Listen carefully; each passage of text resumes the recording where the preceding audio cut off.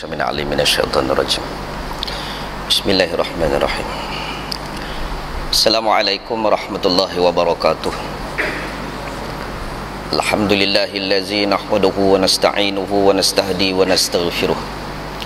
Wa na'udzu billahi min syururi anfusina wa min sayyiati a'malina. May yahdihillahu fala mudilla lahu wa may yudlil fala hadiya lahu. Asyhadu an la ilaha illallah wahdahu la syarika lah. Asyhadu anna sayyidana Muhammadan abduhu wa rasuluh. Allahumma salli wa sallim ala sayyidina wa habibina wa syafi'ina wa zuhrina wa maulana Muhammad wa ala alihi wa sahbihi wa man tabi'ahum bi ihsanin ila yaumiddin. Subhanaka la ilma lana illa ma 'allamtana innaka antal alimul hakim. Rabbi shrah li sadri wa yassir li amri wahlul 'uqdatam min lisani yafqahu qawli. Thumma amma ba'd. Alhamdulillah, syukur kehadrat Allah Subhanahu wa taala. Diberikan kesempatan kehidupan ini yang sementara ini dalam menilai arti hidup kita, diberikan ujian, diberikan kesenangan, sejauh mana kita dapat membawa diri kita dalam keredaan Allah Subhanahu wa taala. Alhamdulillah, diberikan kesempatan pada kita untuk sama-sama berada di dalam rumah Allah untuk mencari sebuah sedikit peninggalan alim ulama yang ditakbitkan, yang dititipkan oleh Nabi kita Muhammad sallallahu alaihi wasallam. Dijadikan dia sebagai ilmu penyuluh hidup kita mencari keyakinan dalam ibadah berdasarkan kepada dalil-dalil yang paling kuat adalah daripada hadis Nabi sallallahu alaihi wasallam. Muslimin muslimat yang dirahmati Allah, apa yang berlaku hari ini adalah satu hikmah kepada kita untuk kita memikirkan sejauh mana masyarakat kita memahami ilmu. Apa yang berlaku hari ini adalah hikmah bahawa kita dapat buat postmortem bahawa masyarakat kita hari ini tingginya ilmu pengetahuan dunianya, tetapi ceteknya ilmu akhiratnya, hingga tidak dapat boleh menilai di antara sesuatu yang batal ataupun sesuatu yang hak. Batal dan hak, yakni batil dan kebenaran dan ketidakbenarnya. Tidak boleh membezakan hanya melalui logik, semata-mata logik. Itulah panduan yang perlu kita ada, iaitu Al-Quran dan hadis Nabi sallallahu alaihi wasallam. Fa in tamassaktum bihima, Nabi bersabda, peganglah dua benda tu, insya-Allah kita takkan sesat, tuan-tuan. Masalahnya habis bermula daripada kerana ingin mengambil mudah ataupun liberal dalam menilai satu-satu hukum berdasarkan hukum akal, tidak kepada hukum naqli. Muslimin yang dirahmati Allah. Kita sambung balik dalam perbincangan kitab kita, kitab Bahrul Madhi. Ada yang bertanya, kitab apa? Kitab hadis, tetapi dia mencakupi segala aspek ibadah sebagai seorang hamba Allah yang menjadi umat Muhammad sallallahu alaihi wasallam. Bermula daripada bangun tidur sampai tidur pula. Aspek itulah, hadis-hadis itulah dihimpun di dalam Tuhfatul Ahwazi, di dalam syarah Imam At-Tirmizi, diterjemah dan disyarahkan pula di dalam bahasa Melayu yang namanya Bahrul Madhi. Ada 22 jilid ataupun 22 pembahagian untuk menceritakan kepada kita hadis-hadis yang berkaitan dengan kehidupan seharian kita. Muslimin muslimat yang dirahmati Allah, kita masuk dalam bab majaa fi man yasma'un nida fala yajib. 192. Betul. Okey. Wa qala musannif rahimahullahu taala anhu, kata pengarang kitab ini Syekh Idris Al-Marbawi, moga-moga dirahmati Allah ila darain. Dengar elok hadis Nabi sallallahu alaihi wasallam. Kita duk membincangkan tentang benda-benda furuk, kita duk memperbincangkan tentang benda-benda yang aspek-aspek hanya luaran semata-mata. Tapi ini hadis sallallahu alaihi wasallam yang memang pesanan dia adalah, pesanan tersebut adalah untuk diri kita.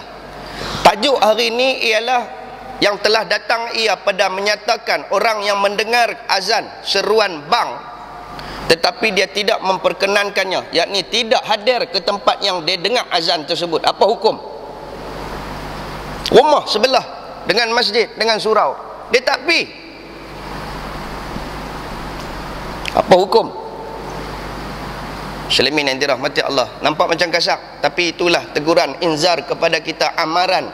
Moga-moga kita termasuk dalam golongan yang terpelihara dirinya daripada kemurkaan Allah Subhanahu wa taala. Baik. Ketahuilah kiranya ya saudaraku adalah setengah daripada tabiat, setengah daripada muslimin, orang-orang Islam. Dia tak kata mukminin, dia kata muslimin.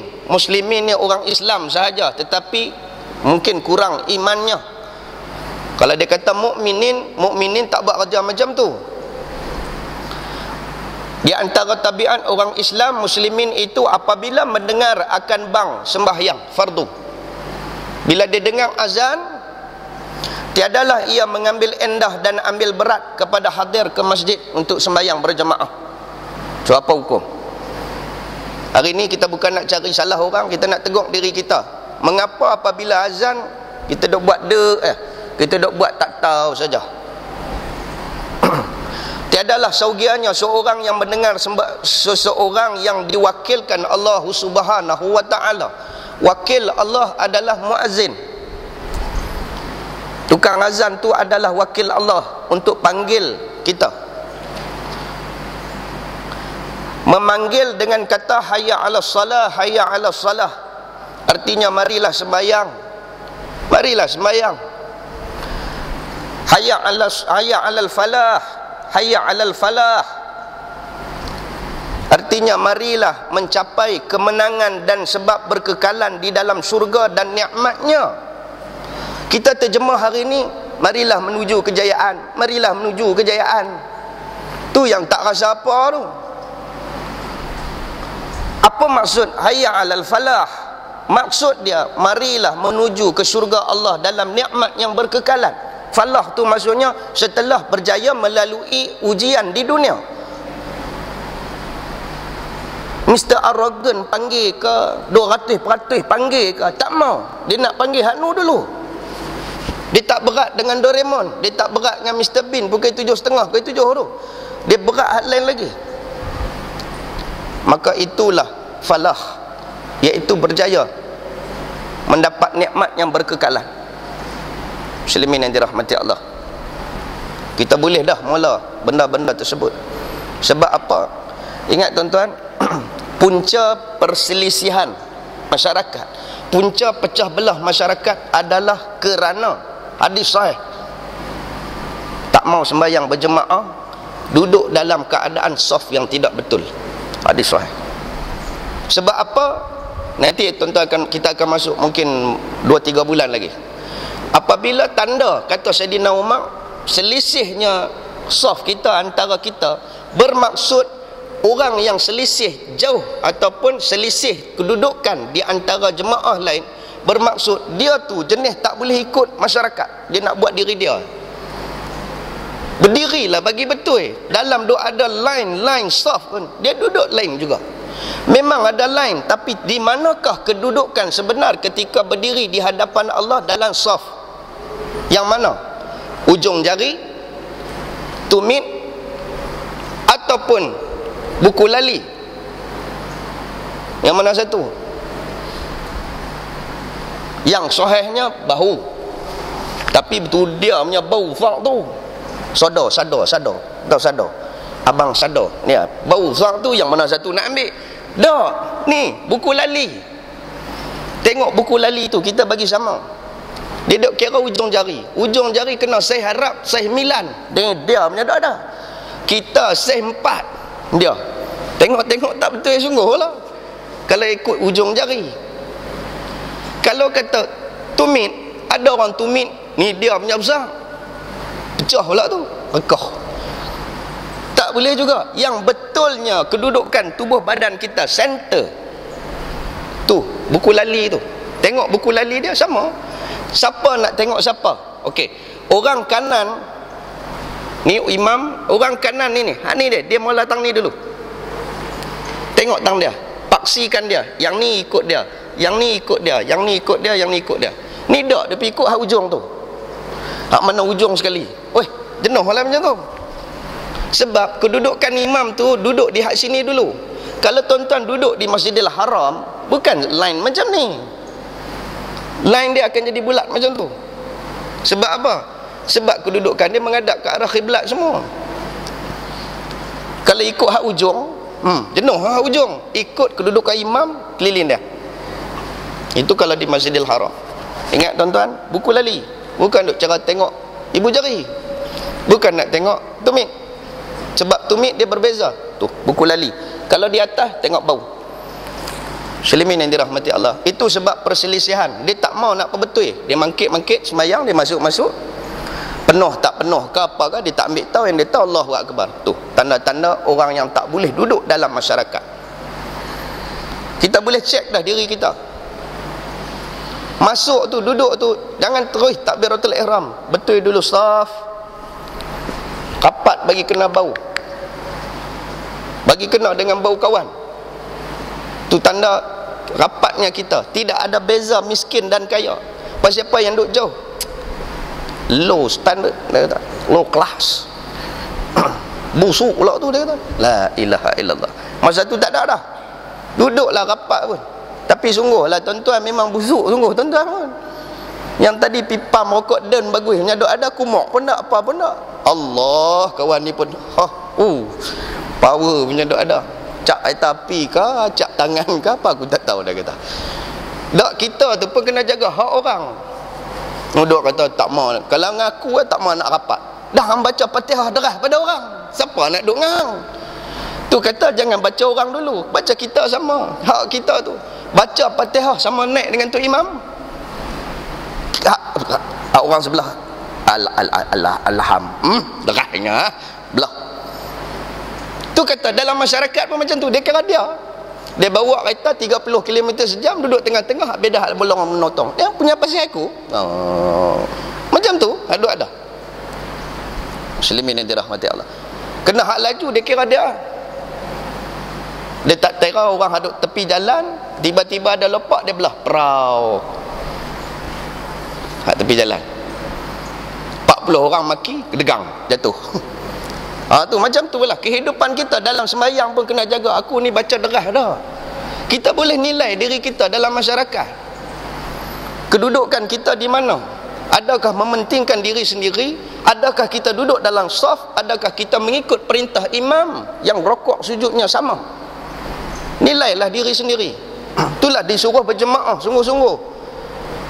Ni dia kira dia Sami Allah. Tu imam dia disil Sami Allah, dia apa cak dah. Jenis ni kalau duduk dalam masyarakat, tu imam memanglah slow. Bila kata tu imam slow, ikut cara dia lah.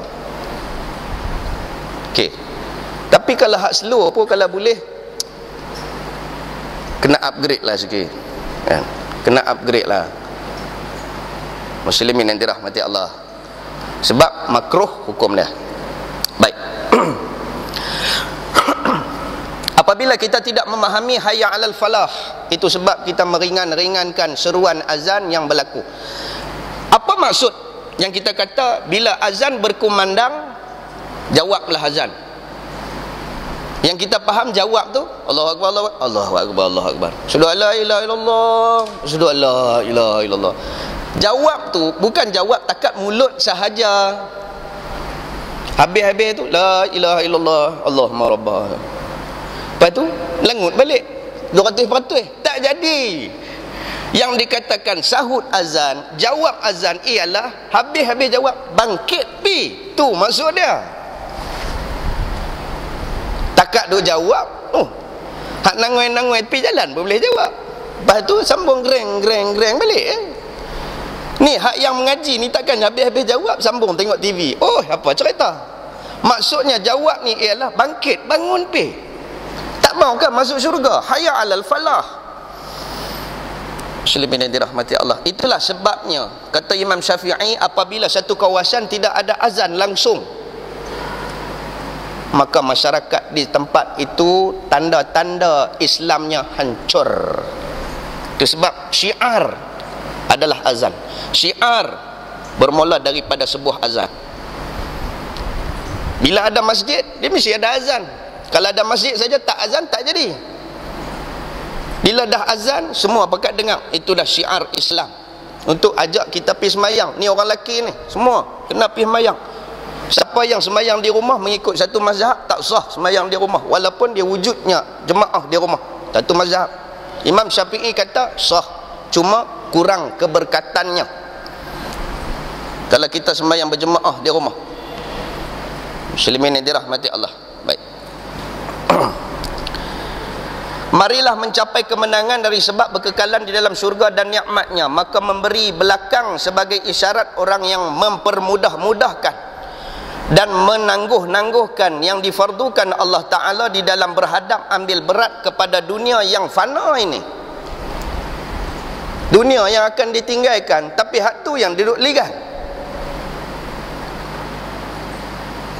Banglah apapun, dia buat tak heran saja. Maka yang demikian itu sangatlah dicela syarak. Cela.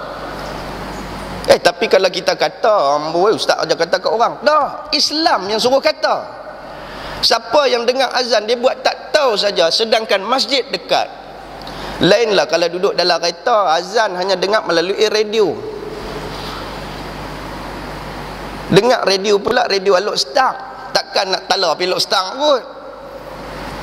Nak semayang tak mana? Carilah kawasan mana yang dekat-dekat. Memang tak dengar. Tapi yang jadi masalahnya ialah azan yang memang dengar di telinga daripada tempat yang corongnya keluar dalam kawasan yang kita duduk dekat-dekat. Dicela orang macam tu. Kadang-kadang kita lalu tuan-tuan hari Jumaat, azan bunyi dah, kita pun terlewat. Hak duk kedai kopi pun duk kedai kopi, hak duk behai pun duk behai lagi. Dia buat tak tahu, dia ni tak reti mayan Jumaat ke? Kadang-kadang terletik juga dia. Dicela tuan-tuan, dicela. Lainlah kalau tuan-tuan musafir. Cuma kita di Langkawi ni nak kata dia ni, pasal kita tak tahu, mungkin dia musafir, tapi muka ni aku kenal. Muka ni muka duduk kot ni ya, melangut ni.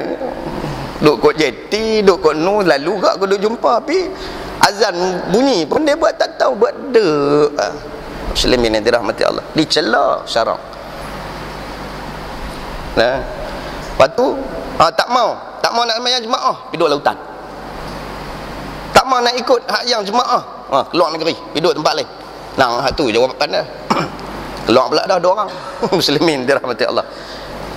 Okey, terus. Dan mencita-cita Nabi mau membakar rumah orang yang memperbuat demikian. Nabi bercita-cita nak bakar rumah orang yang tak mau mai datang jemaah. Dan mempura-pura tak dengar seruan bang. Seolah-olah dia buat pura-pura tak dengar. Buat macam tak. Badak tau badak. Tambah di depan pekak. Nama dia pekak badak. Dia buat tak tahu. Azan pergi. Nabi kata aku bakar rumah. Dan memanggil sembahyang yang kembali faedahnya bagi dirinya sendiri. Kalau dia mai tu, faedah tu bukan dapat kat Nabi. Yang mai tu bukan dapat kat AJK, kat Tok Imam dia. Yang dapat tu kat dia. Dia bawa balik pula kat anak-anak dia dengan pahala keberkatan yang dia duduk di dalam masjid. Dia bawa balik kat anak isteri dia di rumah. Ni orang perempuan, tolong abang kat lelaki, pi. Abang bawa balik sekali lagi. Bawa balik keberkatan dalam rumah tangga kita. Perbuatan abang selepas pada sembahyang 27 darjat perbuatan semua diganda-ganda. Bawa balik tu, bawa balik bonus untuk anak-anak di rumah. Di rumah bagi kita buat. Di rumah buat, tapi keberkatan yang levelnya 27 yang kurang berkat. Muslimin yang dirahmati Allah. Ini yang berlaku bab-bab jemaah sebab dia tak rasa. Nabi sampai nak bakar rumah. Pasal apa? Pasal hampa lupa tentang hak diri hampa sendiri. Bukan Nabi tuntut hak dia. Kadang-kadang kita pun terasa lah juga jadi AJK, jadi Tok Imam, hampir siapa pun tak mai, kita pun terasa juga. Macam nak pergi bakar macam tu tak boleh. Pasal apa? Pasal orang tak mai. Tak mai pasal apa? Pasal tak berjemaah dengan tok imam. Tu tak boleh. Tapi pasal apa yang nak kena bakar? Sebab faedah diri hampa sendiri hampa tak mau nak ambil. Tu patut kita bakar. Patut kita halau. Tapi kalau kerana diri kita sendiri, pasal apa tak main mayang aku pergi masjid lain pasal apa? Tu tak ada hak. Untuk kita kata, janji dia pergi masjid surau. Ni pasal apa dia pergi surau tak main masjid kan? Dia pergi dah. Dia pergi. Okey. Kalau minggu lepas kita bincang tentang jemaah yang ada tempat tersebut keberkatan. Antara surau dengan masjid, yang mana lebih berkat? Masjid. Itulah jawapannya. Barakah dia, Imam Syafi'i kata, lagi ramai jemaah, lagi banyak keberkatannya. Surau ialah besar mana ya pun. Nampak tuan-tuan? Muslimin yang dirahmati Allah. 193. Si minyak tu. Suara tak apa elok tuan-tuan. Tak berhenti lagi ni. Cita-cita Nabi hendak membakar rumah orang yang tiada datang berjemaah. Ya saudaraku, adakah hadis dia kata takkan Nabi nak buat macam tu kot? Takkan kot? Itulah hampa. Nabi tu semua tak kena. Menganulah ni takkan kot, takkan kot. Dia ada sungguh. Nabi nak bakar rumah orang yang tak datang berjemaah. Apa hukum salah seorang di antara kita cuba ambil tanda tangan, cuba ambil kehadiran? Boleh. Sebab Nabi buat macam tu. Ada satu negeri, siapa tak mai bagi cukup untuk minggu-minggu, boleh tangkap. Tapi tak beraya. Adalah juga ada satu masjid dalam Langkawi, perempuan ambil tanda tangan, ambil tanda siapa mai, siapa tak mai. Tu pun dia tak mai situ lah. Dan ada masjid, tanya saya sendiri, buat kertas kerja macam mana? Kenduri kendara dia, kita terus hadapi. Kalau ada kematian, panggil orang lain lah, urus mayat. Pun dia tak pergi juga. Nak buat macam mana? Masalah ni masalah kesedaran. Buatlah macam mana pun, jenis tak sedar situlah. Hambom lah depan rumah dia pun, dia buat tak sedar situlah. Hari ni kata tanda-tanda kiamat dah nampak banyak. Duk macam tu. Itulah orang kita. Dia jadi waktu bila? Waktu duk tengah panah. Sehari dua hilang. Tsunami. Hari itu hari kedua, Allah penuh masjid, penuh surau. Hari ketiga, kurang. Tahu tu, takkan tsunami nak mai tiap-tiap kali kot tuan-tuan. Takkan ujian selalu nak mai macam tu. Itu sebab iman ni bila kita sampai iman taklid, iman ayan, iman hak, iman tahqiq. Iman ayan ni taklid out, tak pakai. Iman taklid ni dia tengok orang rajin, dia rajin. Orang tak buat, dia pun tak buat. Orang macam ni tak selamat, dia akan masuk neraka juga. Iman ayan. Iman ayan ni maksudnya iman yang dia nak dia diuji. Dia nak ujian Allah. Bila dia diuji, dia akan ingat. Bila dia uji, dia akan ingat. Itu sebab bila nak naik iman tu cukup payahlah tuan-tuan. Uji sikit, tok saduk habaq lah. Subuh cukup. Sejuk pagi tu terkeluar belakang. Merekod sampai terkeluar. Ladung terkeluar ke belakang. Punya merekod sejuk. Takat tu ya. Out. Tapi kalau orang yang ada iman, ni Allah Ta'ala tarik nyawa aku, tanya bangkit terus. Itu iman ayan. Orang macam ni selamat, dia dalam boleh masuk syurga. Tuan-tuan duduk tahu lah. Itu sebab kita datangnya Ramadan pada tiap-tiap tahun. Untuk apa? Ayan. Untuk diuji kita. Itu sebab bila bulan Ramadan tengok rajin baca Quran, pergi masjid, habis-habis mai satu Syawal, dia merudum punya graf, gedegung terkeluar pada graf tu. Pasal apa? Kita ni kena ayan, kena ada ujian. Bila ada ujian tu, orang kita bila diuji cantik. Maka bagaimana? Saya jawab senang kan? Puasa tiap-tiap kali Isnin dan Khamis. Nak buat perkara buruk duk terasa kata kita puasa.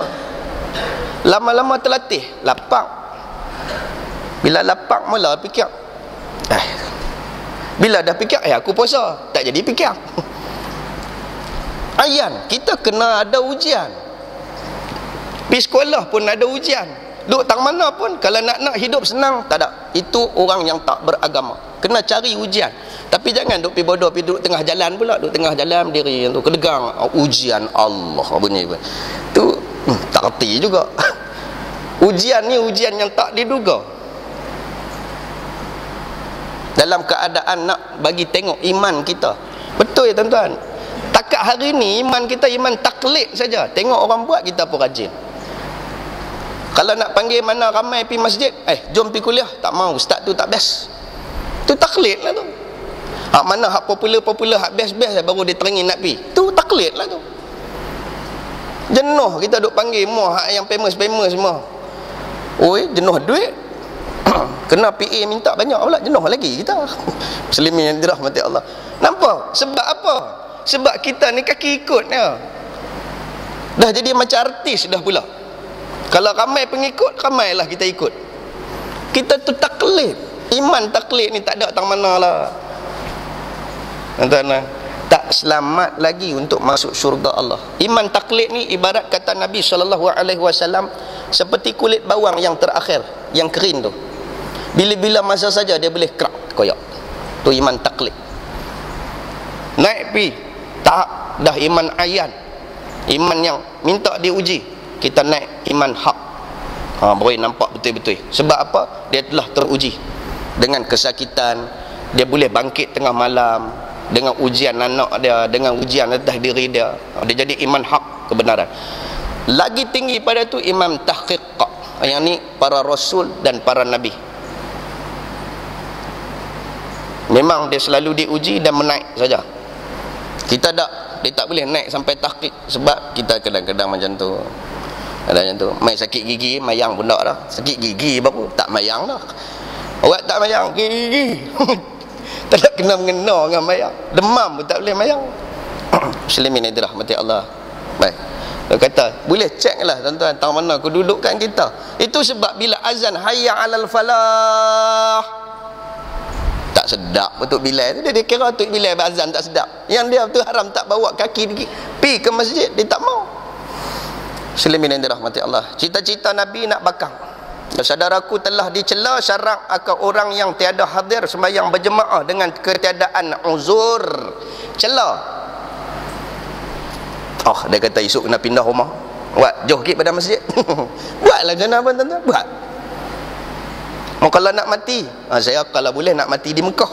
Siapa? Dekat dengan Masjidil Haram. Pandai pula. Bila duduk rumah tak mau duduk dekat dengan masjid, siapa? Panggil tak pi lagi, kena cala syarak. Dia kata pandai sungguh orang hari ni. Mengaji bukan untuk takbir diri, mengaji beda nak jawab dengan orang. Rasa macam nak kata ke orang. Muslimin ni rahmati Allah. Satu hadis Nabi SAW yang dikeluarkan oleh Imam At-Tirmizi, hadis yang berbunyi, an Abi Hurairah radhiyallahu anhu anin Nabi SAW qala, diriwayatkan daripada Abi Hurairah radhiyallahu an, daripada Nabi sallallahu alaihi wasallam, bersabda Nabi, laqad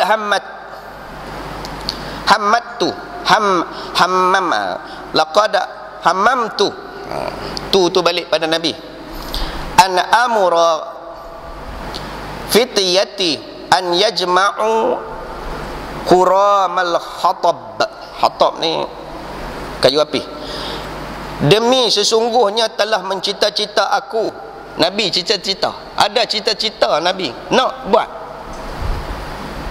bahawa menyuruh aku akan setengah budak-budak khadam. Suruh Nabi ada khadam. Bukan khadam macam kita, khadam tak nampak. Dia ada khadam ke? Malam-malam baru nampak. Untuk khadam juga tu pun. Apa hukum berkhadam-khadam macam tu? Bukan mukhadam, khadam. Orang suruhan. Boleh tak kadam-kadam Ustaz? Awak tak boleh lah. Tapi hak nampak, hak tak nampak jangan. Hari ni kita kawan dengan dia, esok kita mati, siapa nak jaga dia? Tu jadi sakai. Buang air lah. Cakap. Muslimin dirahmati Allah. Nama dia kadam lah. Ada ulama kata tak apa, boleh. Masalah dia, umur kita 80, 60. Umur dia 200, 2000 tahun. Itu yang payah. Kita boleh jaga, kita boleh bela. Anak kita boleh bela macam kita bela. Tak payahlah berkadam-kadam, baca muqaddam lagi elok. Muslimin yang dirahmati Allah. Khadam Nabi, aku menghimpunkan mereka itu akan beberapa bekas kayu api kerana membakar rumah orang yang tiada berjamaah. Bakar buah rumah kerana sembahyang Isyak atau sembahyang subuh, dua sembahyang ni, atau sembahyang jemaah, atau mana-mana sembahyang fardu. Dua sembahyang tu disebut dulu. Lepas tu baru jatuh sembahyang fardu lain. Subuh hari ni ramai dah. Subuh hari ni ramai ke? Tak ada. Mau kalau nak kena bakar, hangus habis dah Langkawi. Pasal apa? Subuh kan ada orang pun. Muslimin yang dirahmati Allah. Kerana mengapa membuat seperti perangai munafik? Tu tanda-tanda orang munafik tu. Tak main subuh dengan Isyak. Dan membuat tiada datang itu sebagai orang-orang yang mempermudah-mudahkan sembahyang berjemaah. Dia tak tahu kata kelebihan berjemaah tu ada pada segala-galanya. Ilmu pada diri. Di situlah kita boleh perbetul Fatihah kita. Di situlah kita boleh perbetul fi'li kita. Di situlah kita boleh berkenalan dengan orang-orang yang ada iman. Ni duk kenal orang geng kedai kopi. Cuba berkenalan dengan orang masjid, kurang-kurang dia boleh tegur kita. Muslimin yang dirahmati Allah. Thumma amura bis salah. Kemudian daripada telah dihimpunkan beberapa bekas kayu api itu, kata Abu Hurairah, sebab Nabi, sabit dengan Nabi, aku suruh orang-orang yang sembahyang dan aku jadikan siapa-siapa seorang menjadi imam jemaah gantiku. Nabi suruh Sayyidina Abu Bakar jadi imam. Dia nak pergi buat pemantauan. Dia pantau siapa tak mai. Siapa dia? Nabi SAW. Thumma uharriqa ala aqwami la yashhaduna salah. Kemudian aku pergi dengan beberapa orang membakar rumah-rumah kaum yang tiada hadir mereka itu akan sembahyang berjemaah. Nabi nak pergi dah. Di sini dah ada jemaah sedang sembahyang. Nabi buat pemantauan keliling. Boleh hukum dah. Tu ada orang tanya, Ustaz, saya tengok di Masjidil Haram kita duduk tengah mayang, pasal apa? Ada polis duduk jaga. Boleh tak ada apa. Untuk keselamatan, untuk pemantauan. Boleh. Nak terang lagi takut pasal bunyi dah. Muslimin ni rahmatullah, terang ni dulu lah. Dia tak boleh, dia kata nak terang hal lain juga. Adalah cita-cita Nabi membakar rumah orang yang tiada hadir jemaah itu tiada diluluskannya. Draft undang-undang tak lulus. Nabi kata kesian. Nabi tengok dalam setiap rumah. Rumah tu bukannya ada orang muda saja. Betul tak? Dalam rumah kita ada orang perempuan, ada anak-anak. Kalau nak bakar, ni jadi mangsa. Mangsa apa? Kejahilan bapaknya, kejahilan anak lelakinya. Maka kalau nak selamat, orang perempuan, anak-anak, tolong tegak abah, pilah mayang abah. Pandai ajak aku lah. Itu ayat terlantak pergi kedai. Hak perempuan pula pilah mayang. Kalau ikut hukum Nabi nak bakar rumah, ngaji tak mana? Dia tanya. Adalah wajak ngaji tak mau. Muslimin yang dirahmati. Kelai pula laki bini. Zakah tu ya. Baik. Ya nah, mau kena push benda ni. Tambah-tambah orang laki-laki ni, dia kena bagi ada kawan. Perangai kita ni suka berkawan, ada kumpulan. Bila dia ada kawan, insya-Allah carilah hak kawan-kawan yang boleh bawa dia ke arah baik. Dan kita kalau boleh carilah kawan-kawan yang boleh ajak kita ke arah kebaikan. Celaka bagi yang kita suka cari kawan-kawan yang ajak kepada keburukan. Celaka atas diri. Bagaimana nak tahu kawan-kawan yang boleh tolong kita? Kata Luqmanul Hakim kepada anak dia, cuba cek dia, sahabat-sahabat, kawan-kawan yang ada, cuba buat sesuatu benda yang dia tak suka, tetapi ada kaitan dengan hukum hakam. Contohnya kita buat lambat sembahyang. Tengok kawan kita nak kata apa. Kalau dia kata tak apa, jom kita apa sekali, tu bukan kawan lah tu. Tu nak pelengkuk. Tapi kalau kita duk buat lewat, tak boleh lah, kena sembahyang awal, tu kawan. Dia pasal dia boleh tegur kita. Tapi hak mana yang kita nak cari? Geng boleh sembang hijau kuning, takat tu lah buat apa. Tapi boleh tak ajak kita pergi sembahyang? Kadang-kadang tak ada, tuan-tuan. Muslimin yang dirahmati Allah. Kata Kata Abu Isa, dan pada bab ini ada riwayat daripada Abdullah bin Mas'ud dan Abi Darda dan Ibnu Abbas dan Muaz bin Anas dan Jabir, dan telah dikeluarkan oleh Imam Syafi'i di dalam dalam bab salatul jamaah, dan Imam Bukhari dan dalam sahihnya dan bab wujubi salatul jamaah, dan Imam Muslim di dalam sahihnya pada bab fadlus salatul jamaah. Bermula hadis ini hasan lagi sahih. Apa dia?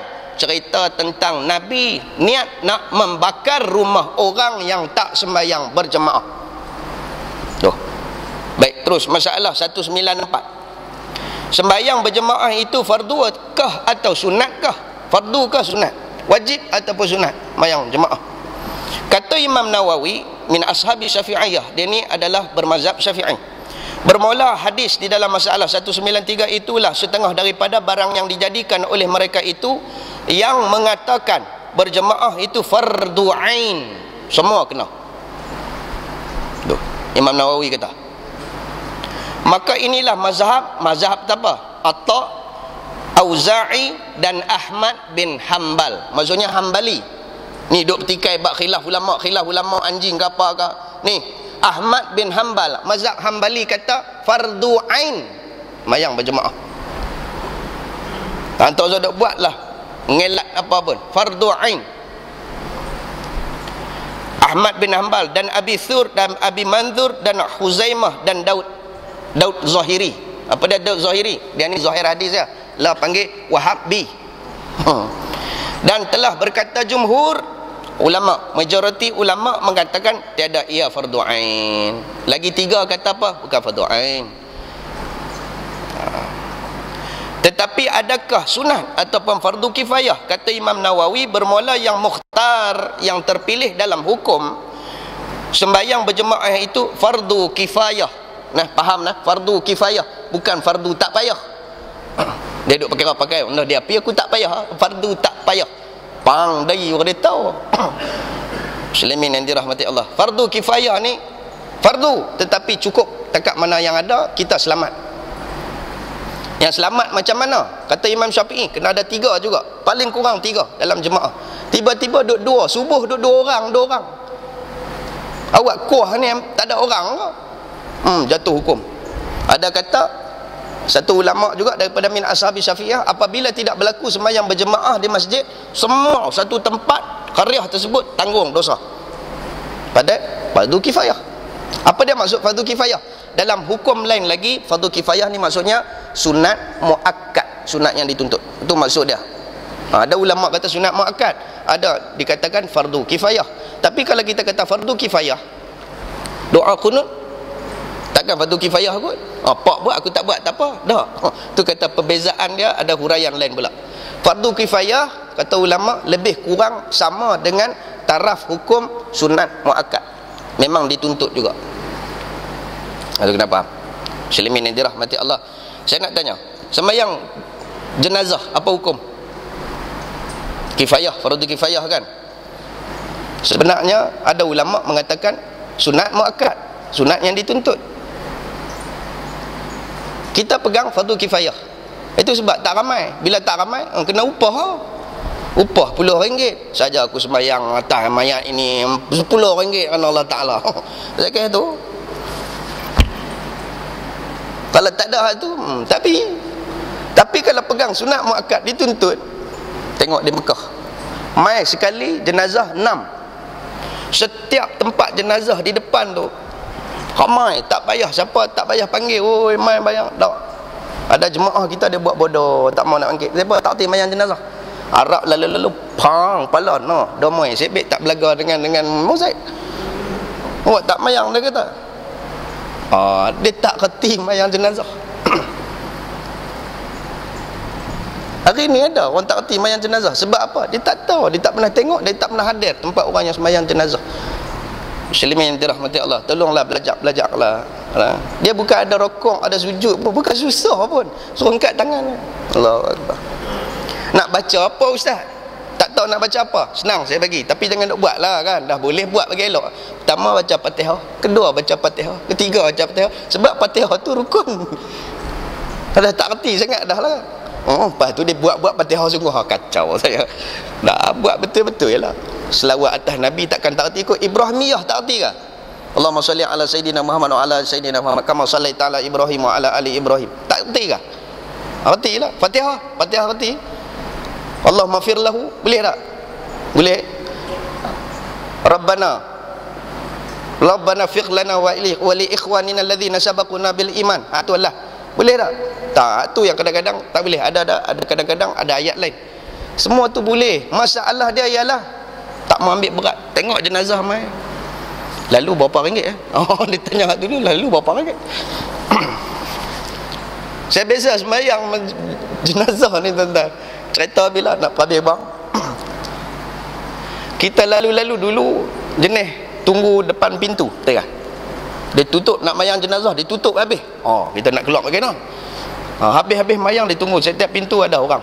Seluk dalam poket kita. Satu hari saya pergi lalu-lalu, Pak Long tu cross line saya. Wah. Dia suruh siap-siap dah kat dia. Ya Allah, kata aku bulak sangat RM3 dulu RM3.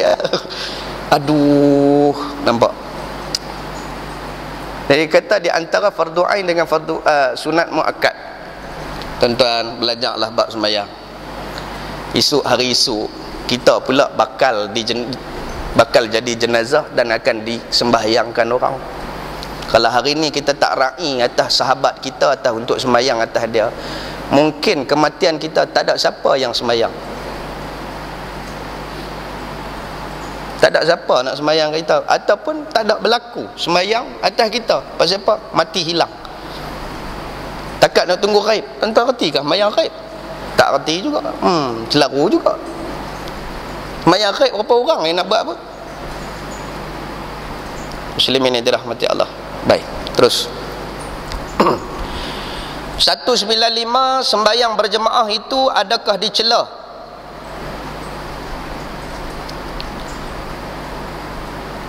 Itu ada celakanya. Cela dia buat jauh kanya.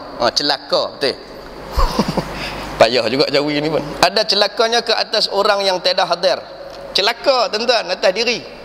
Apa dia? Kata Abu Isa At-Tirmizi, dan sungguhnya telah diriwayatkan daripada bukan seorang sahabat Nabi sallallahu alaihi wasallam akan bahwasanya mereka itu berkata, barang siapa yang mendengar ia akan bang, maka tiada didatanginya berjemaah, maka tiada sembahyang yang sempurna baginya. Sembahyang dia tak sempurna pun. Tidak sempurna sembahyang seseorang kalau dia dengar azan. Dengar nak azan, ditutup telinga. Buat. Tak boleh nak dengar azan. Lepas tu pi sahut. Kalau sembahyang juga kerana ada sebab, ada kerja, tak boleh dan sebagainya. Tu boleh. Tapi kena jawab depan Allah Ta'ala esok. Tapi kalau takat duk korek hidung, tak tahu nak buat apa, tapi tak pi juga, tunggu. Tu nak kena celaka. Apa dia celaka? Wail. Tuan-tuan tahu tak wail? Wailul lil musallin. Wail tu celaka lah. Celaka ni masuk neraka. Neraka tu nama wail. Neraka wail. Tu sebab kata wailul lil musallin.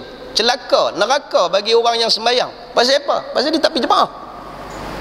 Dia buat tak endah ya. Muslimin yang dirahmati Allah. Dan kata setengah daripada ahli ilmu bermula hadis di dalam masalah 193 itu ialah mengerasi dan menakuti orang yang tiada hadir sembahyang berjemaah. Tu tak cara nak bagi takut. Nak bang kata mailah sembahyang jemaah, siapa tak ni kena celaka, Allah laknat dan sebagainya. Dia tak heran pun, dia tak takut pun. Sebab apa? Dia tak wujud rububiyah dan uluhiyah Allah pada diri. Hari ni kalau kita sembang bab neraka, syurga dia mau, neraka dia tak rasa. Lagi Allah Ta'ala turun bala atas mereka, dia tak rasa. Sebab apa? Rububiyah Allah dia tak mengaji. Uluhiyah dia mengaji. Uluhiyah sifat ketuhanan yang perlu kita sembah. Rububiyah Allah, tarbiyah Allah dia tak ada. Dia tak rasa pentarbihan Allah Ta'ala. Siapa bagi rezeki? Dia tak rasa. Tu rububiyah lah tu. Pasal apa rezeki kau tersekat? Allah tarbiyah kita. Rububiyah Allah tak ada. Yang dia tahu rezeki aku yang cari. Tu buah hampa. Sebab tu yang bila kata Allah akan turun bala atas orang yang buat macam ni, dia tak rasa apa. Muslimin yang dirahmati Allah, ini yang berlaku. Baik.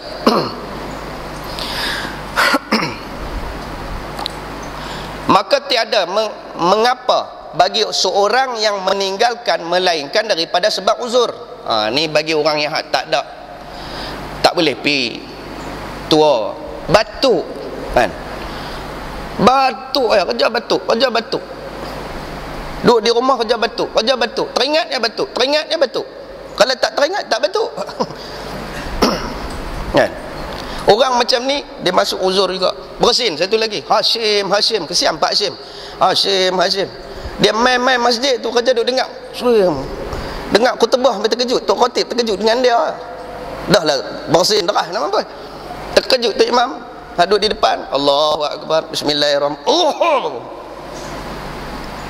Bismillah lain tu imam, terkejut dengan dia. Orang macam ni uzur. Kalau tuan-tuan hak yang tak boleh kontrol, hingus meleleh banyak, okey, dia boleh jatuh uzur lah tuan-tuan. Jangan duk ganggu orang lain, khusuk orang lain. Orang tetapi boleh main kontrol, lagi baik. Lama-lama lega macam tu lah. Sebab dia semua mainan ni lah, minda. Kalau kita boleh kontrol lah. Badan besar kan?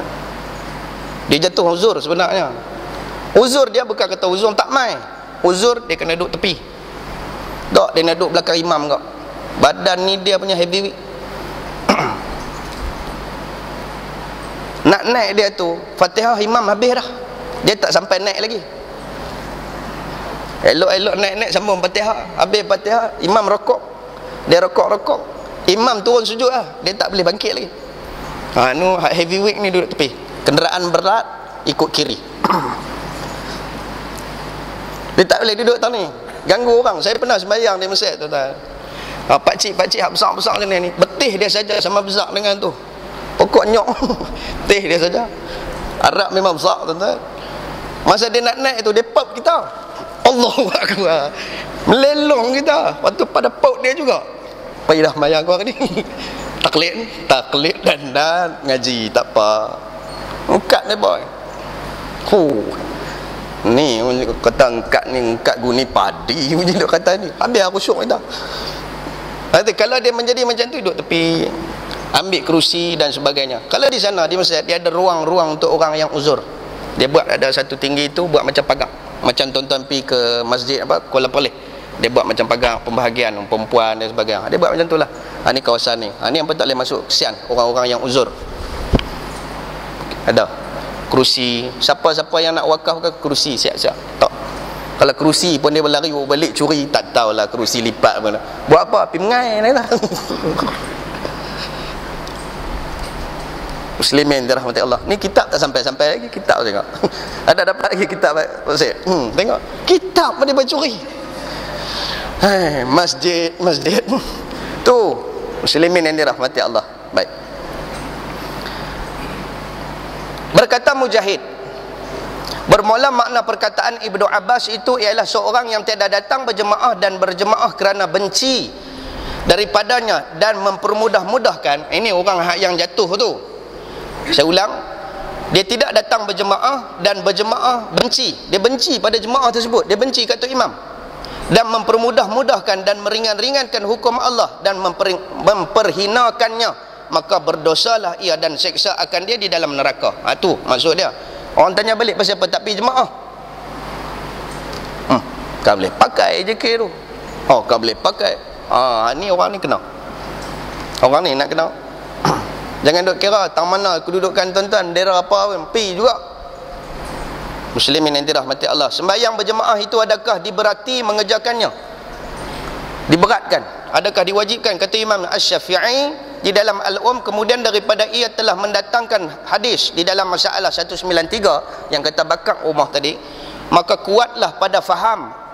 Imam Syafi'i kata kuatlah pada faham. Kita boleh ambil faham akan barang yang disabdakan oleh Rasulullah sallallahu alaihi wasallam daripada cita-citanya hendak membakar rumah-rumah kaum itu ialah sabdanya itu atas kaum yang tiada datang sembahyang Isya kerana nifak, munafik.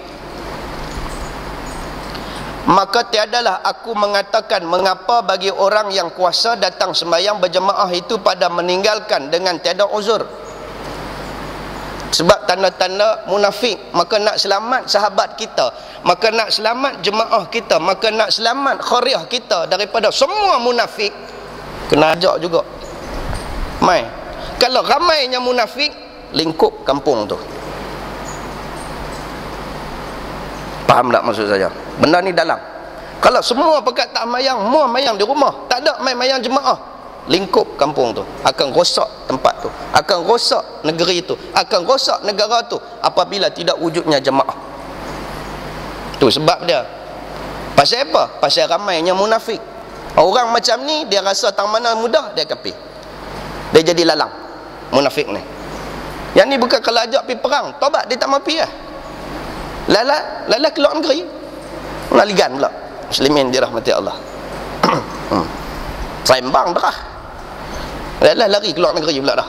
Macam tu, takut jadi macam tu pula. Muslimin yang dirahmati Allah. Tiadalah pula di atasnya mengulangi sembahyangnya.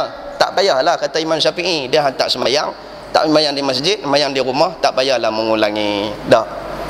Cuma kita takut jatuh tanda-tanda munafik. Sama ada disembayangkannya dahulu daripada sembahyang imam ataupun kemudian daripadanya, melainkan sembahyang berjemaah. Mai masjid tuan-tuan, kita dalam mai lewat tengok-tengok ada gubak dia, ada orang yang sembahyang ba'diyah sunat lepas sembahyang fardu, nama dia ba'diyah. Tapi kalau tuan-tuan pergi subuh ada ba'diyah tu, saya heran lah. Wih, ada juga ba'diyah. Ada tuan-tuan. Lala tanya, buat apa? Mayang apa? Sunat. Haram bang. Haram mayang sunat waktu tu.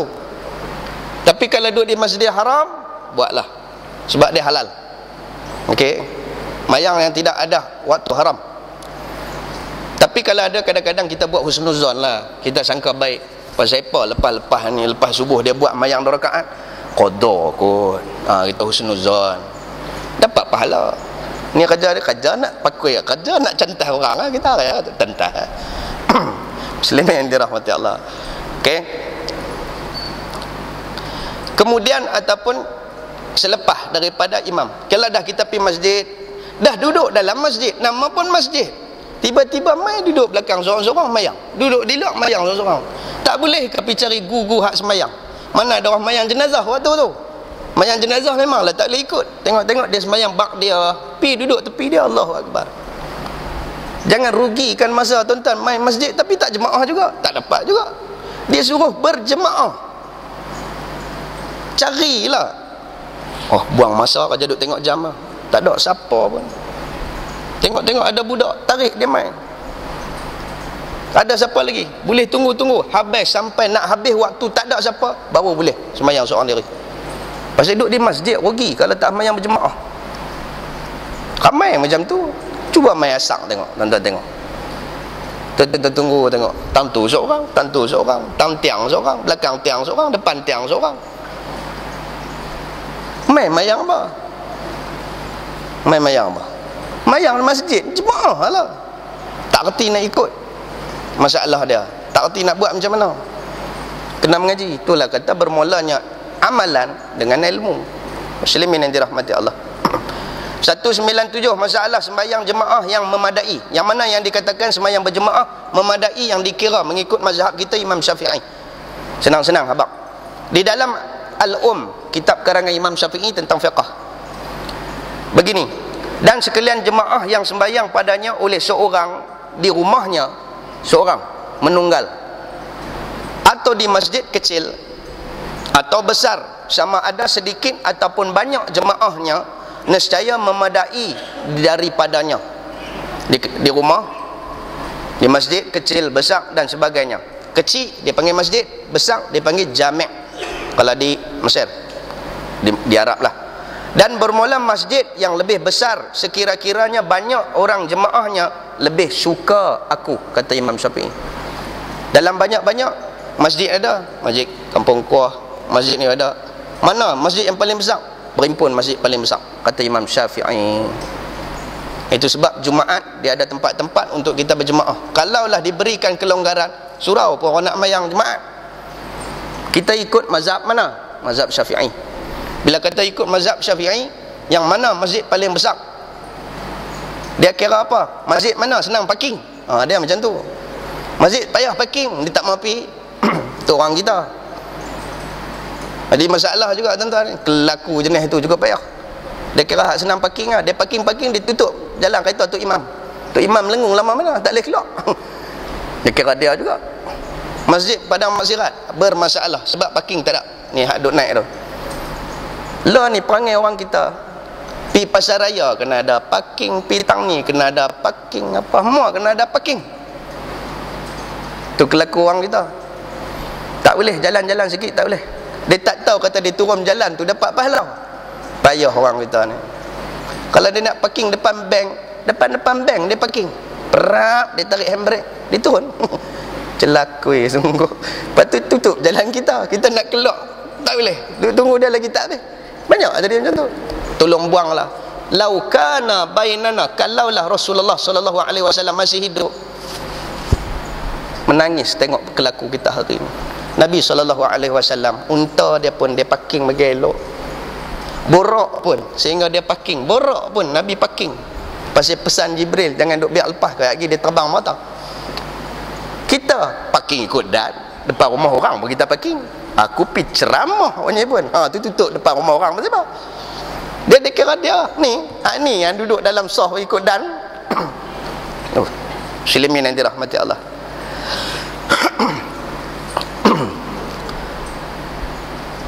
Besar kecil banyak manakah? Besar dan banyak jemaahnya. Itu yang disukakan oleh Imam Syafi'i. Dan jika adalah bagi seorang itu di masjid berjemaah di dalamnya, tiba-tiba luput jemaah padanya. Luput dah jemaah. Sekiranya pergi ia ke masjid lain yang ada berjemaah, nescaya adalah lebih suka kepadaku. Saya ulang. Jika adalah bagi seorang itu masjid berjemaah di dalamnya, tiba-tiba luput jemaah padanya. Tak ada orang berjemaah, ada masjid tapi tak ada jemaah. Lepas tu bila tak ada jemaah, dia pergi masjid lain, boleh. Tapi selagi mana kawasan dia ada masjid, ada jemaah, dia pergi kawasan lain, jatuh hukum dosa. Faham? Saya nak pergi Ewa malam ni, tapi awak masjid yang tak ada orang ke? Tak ada, boleh. Masjid yang ada orang ke? Ada, jatuh hukum. Tak boleh, kena ra'i masjid kita lu. Awak nak mati orang Ewa main kapan kita kan? Ada orang kawasan kita ni nak urus kita apa semua. Dia kata wujudnya kemasyarakat, komuniti kita dalam satu-satu tempat. Dia duk kira masjid orang. Masjid kita dulu. Pasal apa? Banyak jadi macam tu. Fikrah tak sama dengan hak yang tu. Tak suka. Bila tak suka, jatuh hukum atas tadi hak saya kata. Celaka orang macam tu. Muslimin yang dirahmati Allah. Dan nak habis dah. Sekiranya pergi ia ke masjid lain yang ada berjemaah, nescaya adalah lebih suka aku kepadanya. Dah masjid kampung dia tak ada siapa. Dia nak pergi pun, kalau dia sembahyang seorang-seorang bukannya jemaah. Dialah azan, dialah qomat, dialah hampak tikap, dialah buka lampu, dialah tu imam, dialah hak tutup pagar, dialah tu. Lama mana dah? Lama dah. Tinggal buanglah. Masjid, masjid 3 juta. Lampu saja turun 1,5 juta, jatuh atas dia, kait macam tu lah. Tapi tak ada orang, tinggal buang lah, rugi lah. Yang tu masjid dia nama dia Ussisa ala Tafkir. Masjid ada 2 pembinaan. Yang pertama masjid yang di Ussisa ala Taqwa. Masjidil Haram diasas atas ketakwaan, pengorbanan 3 hamba Allah, Ibrahim, Ismail, Siti Hajar. Satu masjid lagi didirikan oleh Abrahah. Masjid dia, tempat dia tak ada siapa pergi. Pasal apa? Dia dirikan lebih hebat daripada Mekah. Dulu tak panggil Masjidil Haram lah, dia panggil Kaabah, ada Mekah. Tempat yang dia buat tu tak ada siapa pergi. Sebab apa? Dia buat atas dasar fikrah dia, iaitu nak tunjuk hebat, nak tunjuk kata masjid dia cantik, tempat dia tu cantik. Yang sana atas ketakwaan, orang ramai pergi. Tu sebab alam tara kaifa fa'ala rabbuka bi ashabil fil. Dia letak tentera bergajah dia untuk serang. Bagi lingkup masjid tu, bagi orang main tempat dia. Dulu tak panggil masjid, saya ulang balik, yang nama masjid tu setelah lah. Dulu Kaabah, ada Kaabah. Itu. Hari ni pun banyak. Ussisa ala taqwa, dia diri ke atas dasar takwa. Dia collect duit seorang sikit. Daripada ketakwaan orang-orang kampung ni lah, naik masjid 3 juta punya. Tu ala taqwa. Tapi kalau dia seorang-seorang ada, dia asaskan masjid tersebut atas dasar dia nak siapa yang bina masjid, Allah akan bina istana di dalam syurga. Dia pegang macam tu, dia earn habis duit dia untuk buat masjid. Dia niat ikhlas. Nak tahu tak tahu, tengok masjid dia ada orang tak ada orang. Tu ya tanda-tanda dia, kata Nabi SAW. Itu kadang-kadang duit orang kampung ni tuan-tuan, dia buat kolek seorang sikit. Siapa nak beli wakaf, tingkap apa semua, pakat kolek lah sikit-sikit. Masjid tak tahu mana pun, jemaah, subhanallah. Tu ussisa ala taqwa. Kalau ussisa ala tafkir, dia bina atas dasar politik. Dia bina atas dasar tafkir ni, maksudnya pemikiran dia, rasa dia. Dia bina atas dasar dia nak dapat nama. Dan Imam Syafi'i kata apa? Siapa yang bina masjid, dia letak nama dia, aku tak suka. Hapuskan nama dia. Dia bina masjid atas nama dia. Nama dia Bukhari, dia buat Bukhari contohnya. Macam kata sungguh contohlah. Tak boleh, kata Imam Syafi'i. Seolah-olah dia nak tunjuk tafkir, ubah nama lain, buat nama pokok bunga ke apa. Azhar contohnya. Azhar tu bunga, Zahrah. Ada kata sempena nama anak Nabi SAW, Fatimah Az-Zahra, tu nama Azhar. Asal dia masjid ya. Sekarang ni jadi University Al-Azhar. Contoh. Boleh nama sahabat Nabi ke apakah. Jangan bubuh kaitan dengan kita yang bagi duit. Kalau boleh, nanti kita masuk dalam bab tu. Tapi juzuk ketiga lah. 2016 kita masuk. Siapa nak ikut bab tu, pergi Masjid Aisyah. Masjid Aisyah dah masuk dah bab-bab tu. Siapa yang ikut Masjid Aisyah tahu. Tak boleh letak nama, bubuh nama lain. Tu kata alat tafkir. Hang buat pasal apa masjid ni? Pasal ada tujuan. Tafkir ni tujuan. Dah ada dah masjid, dia pergi buat masjid lain lagi, memecahkan, orang panggil pecah karya. Hukum juga tak boleh. Lepas tu bila pecah karya hari Jumaat, Tok Bilal duduk depan, duduk tunggu nak azan. Dia galak dah nak azan ni, raja duduk ketepuk pok. Tengok Tok Siap tak cukup. Pasal apa? Pasal pecah karya.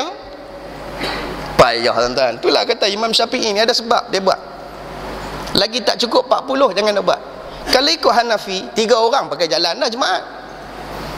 Kon tu jadi khatib, kon ni jadi ni, kon ni jadi ni. Tapi Imam Syafi'i kata 40. Sebab apa? Nak wujudkan solidarity, community dalam diri. Bagi wujud dulu. Kalau tak ada, macam sok. Itu mengikut mazhab Syafi'i. Muslimin yang dirahmati Allah. Habis sikit, sekiranya pergi ia ke masjid lain yang ada berjemaah, nescaya adalah lebih suka kepadaku. Imam Syafi'i kata, dia pergi cari masjid yang ada jemaah. Masjid kampung dia ditinggal. Sebab apa? Tak ada jemaah. Tapi kalau dia tinggal masjid dia yang masjid dia ada jemaah, hukum dia berdosa. Kalau dia nak pergi juga, contoh hari Jumaat, dia kena pergi sebelum subuh. Kan? Piramli, Aziz Sattar, Isam Sudin. Sebelum subuh pi rasmi ladang limau. Tengok sebelum subuh dah pi dah. Pasal apa? Keluar karya. Muslimin dirahmati Allah. Sebelum subuh baru dia boleh keluar. Dia boleh keluar. Kalau dia lepas pada subuh dia keluar, hukum dia berdosa. Sebab apa? Tinggal jemaah masjid dia. Dan jika tiada perginya bahkan sembayang ia di dalam masjidnya dengan seorang diri, maka elok jua. Dia duduk dalam masjid seorang-seorang dia macam saya. Dialah hak yang empat tikap, dialah buka yang ni, dialah buka yang ni. Aircon buka semua, dia seorang yang bayar. Dia kata duk habis duit buat apa? Bayar aircon sejuk sikit dia kata, macam duk Antartika. Bayar seorang-seorang dia. Elok bagi dia, elok. Dia ni penyelamat masyarakat. Tapi kalau boleh tolonglah tuan-tuan, tolonglah tengok-tengok sama masjid nah. Agak-agak kampung kita sendiri, tengok-tengok kalau dah tak ada orang, tolong pi lah. Walaupun Imam Syafi'i tak berat, Imam Hanbali kata fardu ain, Imam Syafi'i kata kifayah. Tuan-tuan nak ditanya oleh Allah Subhanahu wa taala. Allah, Nabi ibaratkan orang yang tak pergi jemaah ni selisih hatinya. Selisih hatinya. Bila selisih hatinya, layak di dalam neraka. Wala'iyyazubillah. Selisih hati ni maksudnya apa? Dia tak suka kat orang. Tak boleh. Kita ni kena husnuzon dengan orang, bagi kita rasa sayang semua. Jangan ada selisih di hati. Orang yang tak pergi semayang ni, maksudnya dia selisih hati. Wala'iyyazubillah. Takat tu saja tuan-tuan. InsyaAllah kita akan masuk nanti dalam bab maja'a fi rajuli yusalli wahdah summa yadraku jama'ah. Bab yang telah datang ia pada menyatakan seorang laki-laki yang sembahyang seorang dirinya kemudian mendapat akan jemaah. Dia sembahyang dah seorang diri, tiba-tiba ada jemaah. Habis dah sembahyang, dia boleh tak dia pergi join dengan yang tu? Boleh. Boleh tuan-tuan. Contohnya ni, saya duduk tengah bercakap ni, ada orang sembahyang dah isyak tang tu, seorang-seorang dah. Tiba-tiba Allahu Akbar, habis dia sembahyang isyak, dia mai pula sembahyang yang kita. Boleh. Disuruh oleh syarak. Sebab tadi dia dapat satu, ni dia dapat pula 27. Kalau kita jadi aku sembahyang dah. Tu. Muslimin dirahmati Allah. Takat tu saja tuan-tuan. Sabar dah, kalau ada apa-apa siapa nak persoalan, saya tak buka time lah sebab YouTube jalan. Kalau boleh tulis siap-siap persoalan, letak tang mana-mana, nanti kalau apa-apa ni mungkin, kalau tak saya, mungkin ustaz-ustaz lain akan nampak persoalan-persoalan yang tuan-tuan timbulkan, ataupun boleh hantar dalam Telegram saya ataupun WhatsApp saya. Nanti saya akan baca dalam kuliah ini. InsyaAllah takat tu saja tuan-tuan. Saya minta maaf kalau ada terkasar bahasa. Terlajak bicara yang baiknya daripada Allah Subhanahu wa taala menerusi Rasul yang bersifat maksum. Segala ketelanjuran, segala keburukan adalah daripada diri saya sendiri. Saya minta ampun, minta maaf banyak-banyak. Aqulu qawli hadza wa astaghfirullah li wa lakum wa lisairil muslimina wal muslimat. Bismillahirrahmanirrahim. Allahumma faqihna fid din. Allahumma faqihna fid din. Allahumma faqihna fid din wa ala ta'wil ila siratikal mustaqim.